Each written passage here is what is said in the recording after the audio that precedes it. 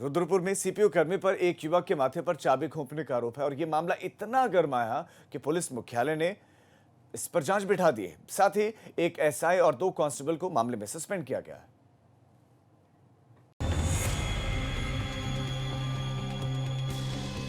माथे में चाबी घुसे हुए युवक को जिस किसी ने भी देखा रोंगटे खड़े हो गए।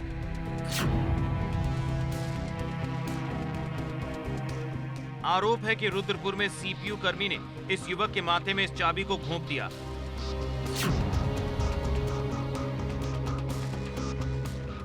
मामला इतना गरमाया कि डीजी अशोक कुमार ने जांच के आदेश दिए हैं। साथ ही एसएसपी, एक एसआई और 2 कांस्टेबल को सस्पेंड कर दिया गया है।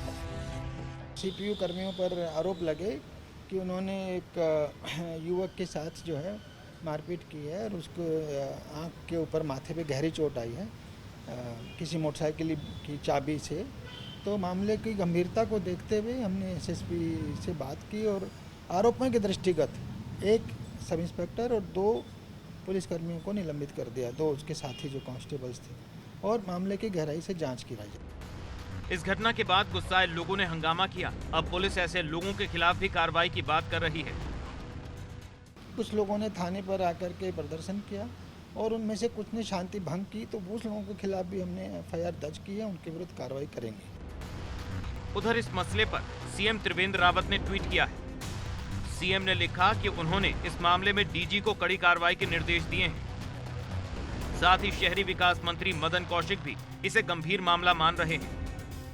प्रकार की जो कार्रवाई है वो न केवल चिंताजनक है, तो अच्छी भी नहीं मानी जाती, क्योंकि हम लोगों में कहीं ना कहीं एक संदेश इस रूप में होना चाहिए कि सब लोग मिलकर काम करने वाले हैं, सिस्टम को चलाने वाले हैं। उत्तराखंड में सीपीयू की 6 यूनिट है जो अलग अलग शहरों में तैनात है। सीपीयू का मुख्य मकसद ट्रैफिक नियमों की अनदेखी करने वालों को सबक सिखाना है। मैदानी इलाकों में इस टीम को सीपीयू और पहाड़ी इलाकों में हिल फोर्स के नाम से जाना जाता है। मगर सीपीयू यूनिट के साथ अब तक कई बार विवाद जुड़ चुके हैं। अब बड़ा सवाल यह है कि चाबी कांड के बाद क्या ये विवाद रुक पाएगा। देहरादून से विनोद कुमार के साथ उधम सिंह नगर से विकास की रिपोर्ट, एबीपी गंगा।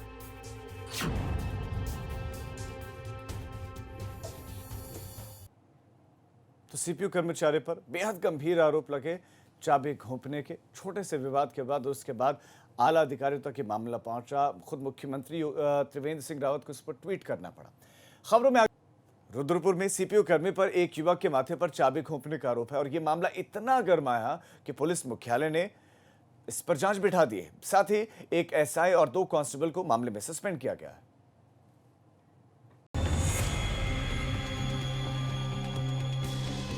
माथे में चाबी घुसे हुए युवक को जिस किसी ने भी देखा रोंगटे खड़े हो गए।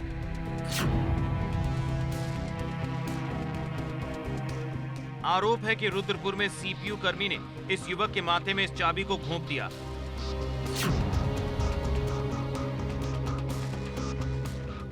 मामला इतना गरमाया कि डीजी अशोक कुमार ने जांच के आदेश दिए हैं। साथ ही एसएसपी, एक एसआई और 2 कांस्टेबल को सस्पेंड कर दिया गया है। सीपीयू कर्मियों पर आरोप लगे कि उन्होंने एक युवक के साथ जो है मारपीट की है और उसको आंख के ऊपर माथे पे गहरी चोट आई है किसी मोटरसाइकिल की चाबी से।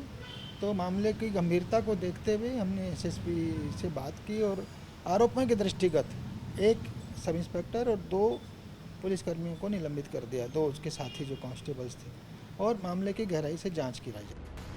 इस घटना के बाद गुस्साए लोगों ने हंगामा किया। अब पुलिस ऐसे लोगों के खिलाफ भी कार्रवाई की बात कर रही है। कुछ लोगों ने थाने पर आकर के प्रदर्शन किया और उनमें से कुछ ने शांति भंग की, तो उस लोगों के खिलाफ भी हमने एफआईआर दर्ज की है, उनके विरुद्ध कार्रवाई करेंगे। उधर इस मसले पर सीएम त्रिवेंद्र रावत ने ट्वीट किया है। सीएम ने लिखा कि उन्होंने इस मामले में डीजी को कड़ी कार्रवाई के निर्देश दिए हैं। साथ ही शहरी विकास मंत्री मदन कौशिक भी इसे गंभीर मामला मान रहे हैं। प्रकार की जो कार्रवाई है वो न केवल चिंताजनक है, तो अच्छी भी नहीं मानी जाती, क्योंकि हम लोगों में कहीं ना कहीं एक संदेश इस रूप में होना चाहिए कि सब लोग मिलकर काम करने वाले हैं, सिस्टम को चलाने वाले हैं। उत्तराखंड में सीपीयू की 6 यूनिट है जो अलग अलग शहरों में तैनात। सीपीयू का मुख्य मकसद ट्रैफिक नियमों की अनदेखी करने वालों को सबक सिखाना है। मैदानी इलाकों में इस टीम को सीपीयू और पहाड़ी इलाकों में हिल फोर्स के नाम से जाना जाता है। मगर सीपीयू यूनिट के साथ अब तक कई बार विवाद जुड़ चुके हैं। अब बड़ा सवाल यह है कि चाबी कांड के बाद क्या ये विवाद रुक पाएगा।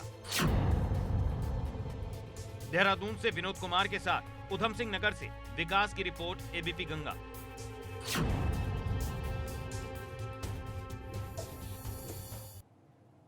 तो सीपीयू कर्मचारी पर बेहद गंभीर आरोप लगे।